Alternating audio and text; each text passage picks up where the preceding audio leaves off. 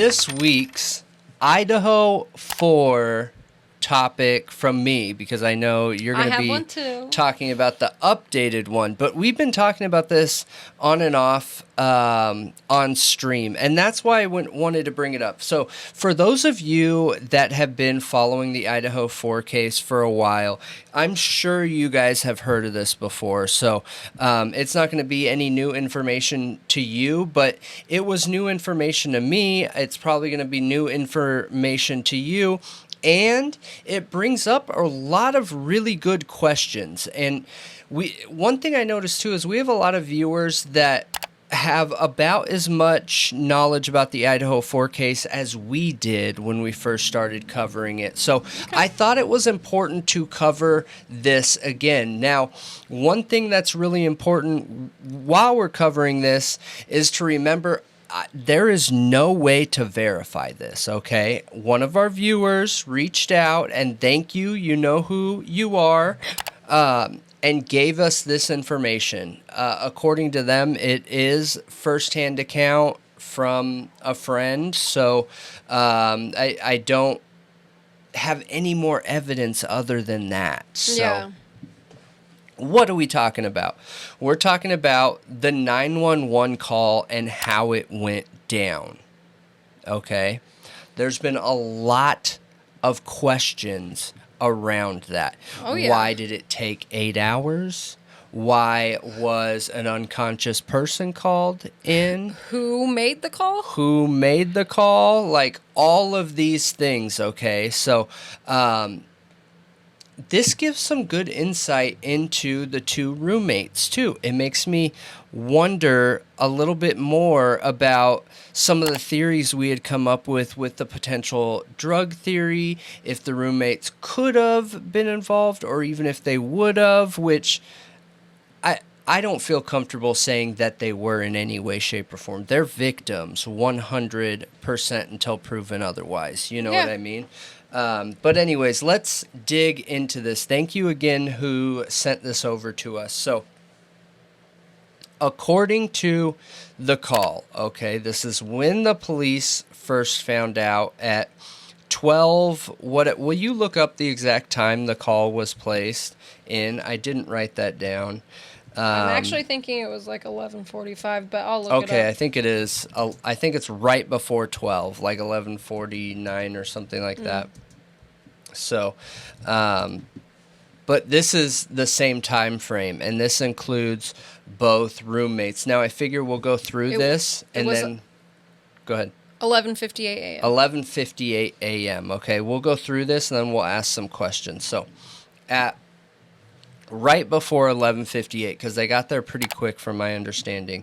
So the roommates wake up, okay, Bethany and Dylan, and meet in the kitchen area and realize something's up in the house. It doesn't say whether they smelled something or noticed something. That's not said on here, but they find Ethan together, okay, and they both start freaking out. The scene was so horrific and there was blood everywhere that they started freaking out and simultaneously running outside, okay?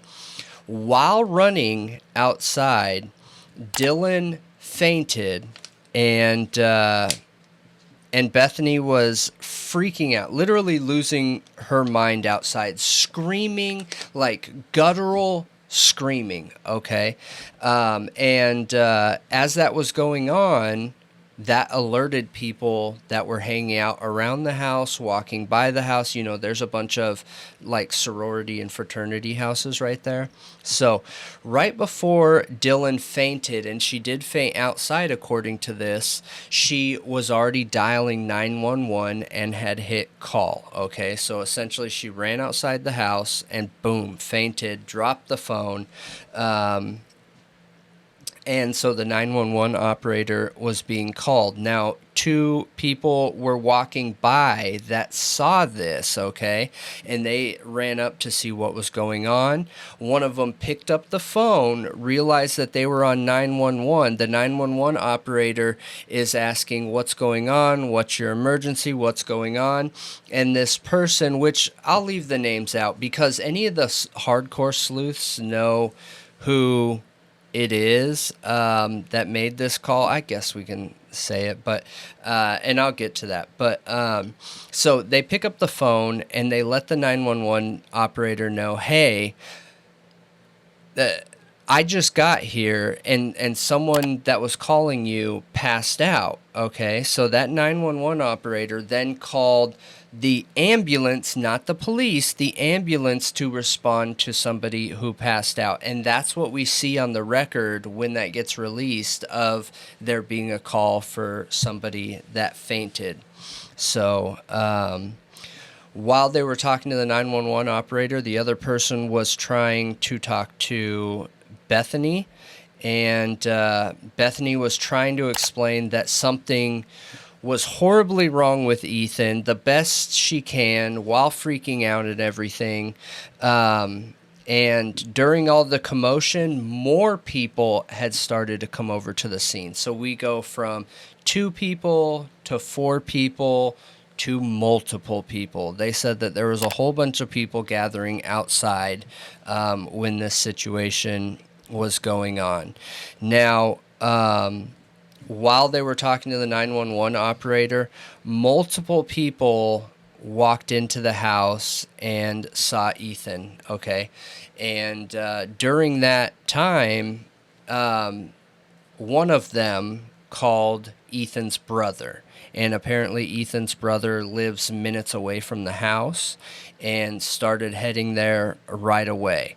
Ethan's brother actually beat the ambulance getting there with friends too, with somebody too, and which added even more people to being there, okay? More people started coming over to the scene, understanding, and while most were unable to understand what was going on, they knew something was wrong inside the house. Yeah, multiple people went inside to see if they could help him, and they went upstairs too, and multiple people saw the scene, everything, you know, not just Ethan and Xana, all of them. So, okay. Those people began contacting friends that something in the house had gone wrong with these people. And it seemed like they were trying to make the assumption that's how kids around the area knew of what was going on and everything. And somebody else called the boyfriend. I'm assuming Jack Decor. It doesn't say Jack Decor in what this person sent me, but I'm assuming that's who they're talking about. Now, Ethan's brother got there and did the best that he could to lock down the scene for the police. And once the police got there, when they were trying to take down notes and everything, the description of the scene was that it was just beyond belief bloody. It looked like an explosion had gone off in there. When the paramedics arrived, they walked out with just like their little case or whatever because they thought they were responding to somebody who passed out, and then realized what they walked into. They had noted here that the scene was believed to have 8 different people in it before paramedics arrived to help. Okay, is that the end of the story? That is the end of what I was sent. So I see some major inconsistencies. Me too. Because Dylan was on her phone, and people were calling out of work at like 7 and 8 o'clock in the morning, guys. Yep. And were saying there was a stabbing, there was a shooting, there was an OD. Like, there were Most people thought it was an OD. There were several rumors going around at like 7, 8 o'clock in the morning, and people were literally calling out. I know. I think even Ethan's brother called out of work that morning, according to what I saw. Yep. So I'll fact check that on live stream or something. Yeah. But that's what I've heard, is that they were all calling out of work. People were talking about this super early in the morning. We have police officially said Dylan did not call 911. So if they knew it was her that dialed it, but she passed out and someone else picked up the phone, why would they officially say she did not call 911? Well, because she was the one that... She wasn't the one talking to them. If any part makes sense, I feel like that part makes sense of it. And I have heard an alternative to this story. Okay, well, share it. So I feel like this is a story that's floating around, but I heard that it was actually... I've heard people say it was Ethan's twin brother, and then I've heard people say it was a friend of Ethan's. Okay, so do you know why? Why? Because there are 2 hunters in this story. Both of them were on the scene. One of them is Ethan's best friend, and one of them's Ethan's brother. And they're both named Hunter. Okay. Yeah. And that's the name I left out of the story. But that is confirmed. Okay. 100%. So that's why it's getting confused. Yeah. Okay. Yeah. And what's funny is when I was on Reddit trying to look this up to verify before I agreed to just share it, or plan to just share it, is I saw people saying like, it was a bunch of trolling, honestly, but someone had talked about this story and said, you know, Hunter was there when the first commotion started, and then someone responded saying, well, it's not Hunter, it's the friend Hunter, and it was just like, it's super confusing. Both of them are related to Ethan. He calls them his brother. Both of them. One of them's blood. One of them is friend. You're right. But from what I've heard, they didn't just happen upon her passed out. Somebody called them over there.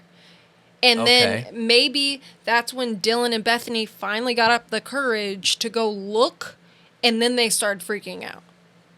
See, that's my theory, is that everything that we thought did happen. Like, she saw the intruder. She knew all this stuff. Mm-hmm. But... she didn't actually get up the courage to go look until she called somebody over. Yeah. And then they freaked out and she passed out. And then... So... I think the whole passing out thing totally makes sense. Yeah. I think most of this is true. And I had the same questions there too. Because... and here, I'll just give my questions first. So... how did they meet in the kitchen at the same time? Yeah, that's weird. They were both supposedly asleep, and they just happened to wake up at the same exact time to meet in the kitchen and go looking? Or were they texting each other? Or in the morning. And were terrified to do anything, to move. They had no idea what was going on. The dog could have still been barking every so often. Like, they could have still heard noises and been really scared. Really, really, really, really scared, okay? And not knowing if someone was still in the house, they could have been hiding in a dang closet that whole time. You know what I mean? Texting each other like, should we come out? Should we do this? Should we do that? It doesn't change why 911 wasn't called immediately if you felt like your life was threatened. That's a big, big, big, big, big question I have. Because let's just assume they were both hiding in their closets. Why didn't you call 911? If you're in a position where you feel like you need to hide in your closet, just call 911. An officer doesn't come out here and say, oh, you shouldn't have called 911. Let me write you a ticket because you were scared for your life. Like, that doesn't happen. So why wasn't 911 called? Why were you afraid to call 911? Yes, exactly. So what's that fear? So you know what I just thought of? I'm so curious. I'm going to have to look this up. We're going to have to look this up on stream. Because we can't just pull it up all now right here because this wasn't planned. But I have seen people talk about the layout. Where was her room in relation... because she's on the bottom floor. Bethany is. But Dylan... Dylan's on the second floor. Okay, but is she on the same floor as Maddie and Kaylee? Yes. So she's on the same floor? Yes. Okay, so I'm just wondering if any bedrooms are underneath each other, like, this is... Here's my understanding, okay? There is, there's the bedroom at the bottom floor, there's the second level, which is the one we see from all the footage with the kitchen. Yep. The room and the stairs, okay? And Dylan's room was right by those stairs, and then there's another room on that level, and then a room above, or maybe it's 2 rooms above. I don't remember. I think there was one vacant room. See, I think Dylan's on the middle ground floor, so there's an underneath floor. Yes, that's where Bethany is. Yeah, that's where Bethany is the underneath, like, floor. And yeah, then it has there's its the own middle entrance. You can see it in the body cam footage. Then there's the middle, where I assume Dylan was, and then Ethan and Xana are on that floor with Dylan too, I think. And then just Kaylee and Maddie are upstairs. Correct. Correct. And there was one room that was vacant, from my understanding, in that house. Okay, so I'm wondering, is Dylan's bedroom underneath Xana or not Xana, Kaylee or Maddie's room? I don't know. Because if there was that much blood, and it seeped down the foundation of the house, could she have thought, that was scary, but maybe it was nothing, and did lay down and try to relax, and saw that guy and thought maybe he was just partying here, and then in the morning she looks up and sees blood seeping through the ceiling. And that's what prompted her to, like, text Bethany and be like, dude, there's blood. And then they go out and meet, and then they find him, and then they pass out. Like, I'm just thinking how else this could be explained without them actually being the bad afraid. Guys. Yeah. Yep. No, I like, she sees evidence without even going out there, like, oh, something happened, and I'm scared, so how do I meet? Like, you know what I mean? Like, they go look together at this point.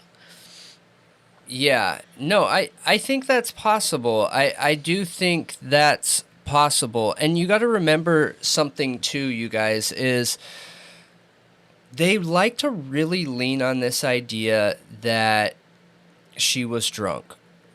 What if it's more?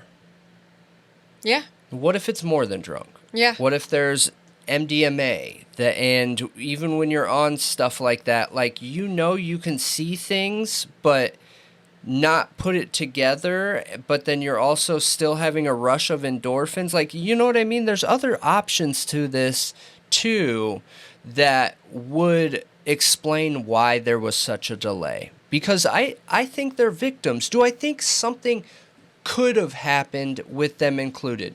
Sure, anything's plausible. Anything is in this situation. But this doesn't suggest that. What, she faked passing out? You know what I mean? Yeah, I don't think... She was seen by multiple people dropping to the ground. Yeah, I don't think they planned their roommates' murders. But I do question if they had involvement in something that was illegal and they know more than... Yeah. They know more, and they were afraid to call the police for some reason. I do question that. But in the same respect, I also question, could it have been on drugs and drunk? And I mean, you don't make good decisions when you're on these things. They're mind-altering. Yeah. Could she have tried to just blow it off and be like, I can't deal with this right now. I'm too high. I'm too messed up. That was probably not even real. You know what I mean? I agree. I think that's a good in the morning possibility. Come to and be like, okay, something happened last night. She could have just had a bad feeling. Like, I think something happened last night. Something feels wrong. Because I got to be honest, I've been in that position myself. I have partied a lot and, like, been in those situations where I wake up and I'm like, something bad happened last night. Yeah. I don't know what it is. Yeah, I agree. But part of the reason why I wanted to bring this out too is because it's important to us to get the facts and not jump on conspiracy. And there's a lot of people out there that still like to point fingers at these two for being in the house when this happened. And it's important when you're being unbiased, to look at both sides of the coin, okay? Do I think it's plausible that they could have been involved in something that could have, over time, led to this situation, like dope and stuff like that? Sure, they're in college. Like, you're not being logical if you're pretending like almost every college kid doesn't have interactions with drugs. Yeah, they're partying. They're by a fraternity house. Like, Yeah, this is like frat row. They have friends in frat houses. They totally party.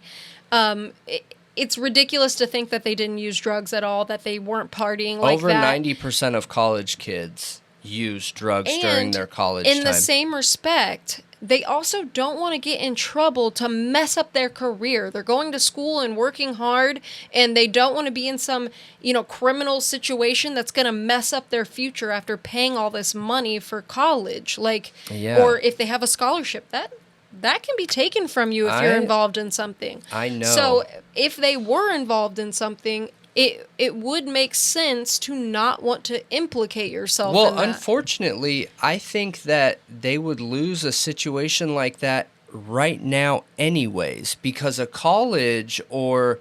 I don't think so. They're seen as victims. A college or a program would look at that, and yes, they're seen as victims. But if the college has any technological experience and understanding, which all of them do, they would look and see, okay, some people think that maybe she wasn't as innocent as we think she is. So could that bring a bad image to our college?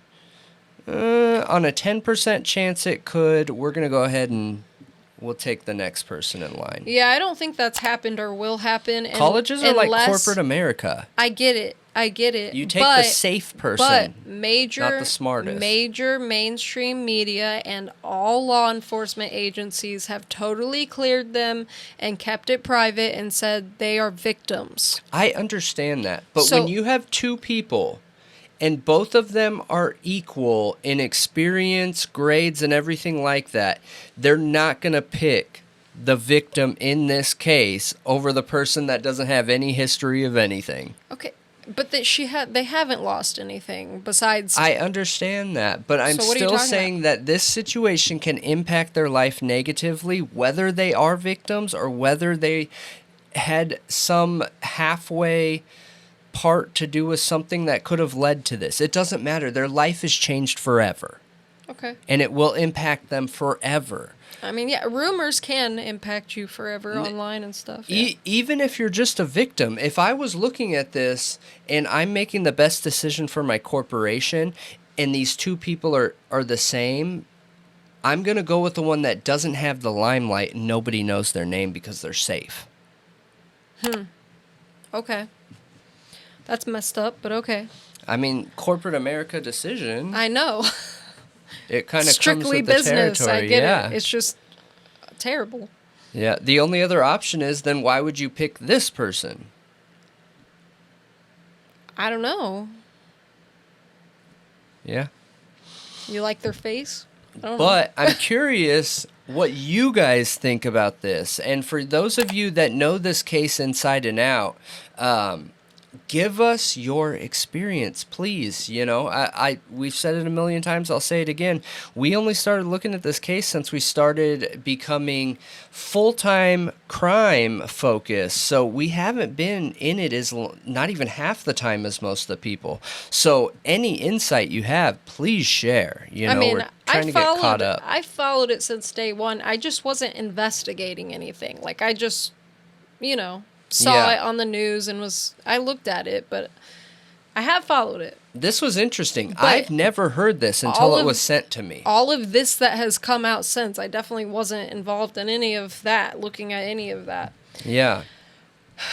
This is interesting. This is really interesting, and it makes me feel more understanding of the situation of the survivors in the house. Yeah. I think so. If this ends up being true, understand I'm saying that knowing that I don't have concrete evidence. So yeah, because before I knew this, before someone sent this to me, I had no idea how you could go that long. I literally had no idea. Like, I'm trying to figure it out. What the heck, man? Yeah. Were they just, like, full blackout, drunk or something? Like, I couldn't figure it out. Well, see, if they were full blackout drunk, it kind of doesn't make sense that she remembers this guy and the description and the height and all of that. Yep.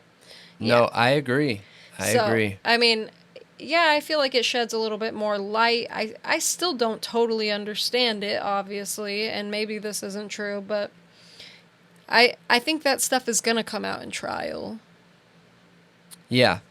Because Anne is really digging in. Yep. Which leads me to the next topic. Yeah. No, I think it will come out in trial, too.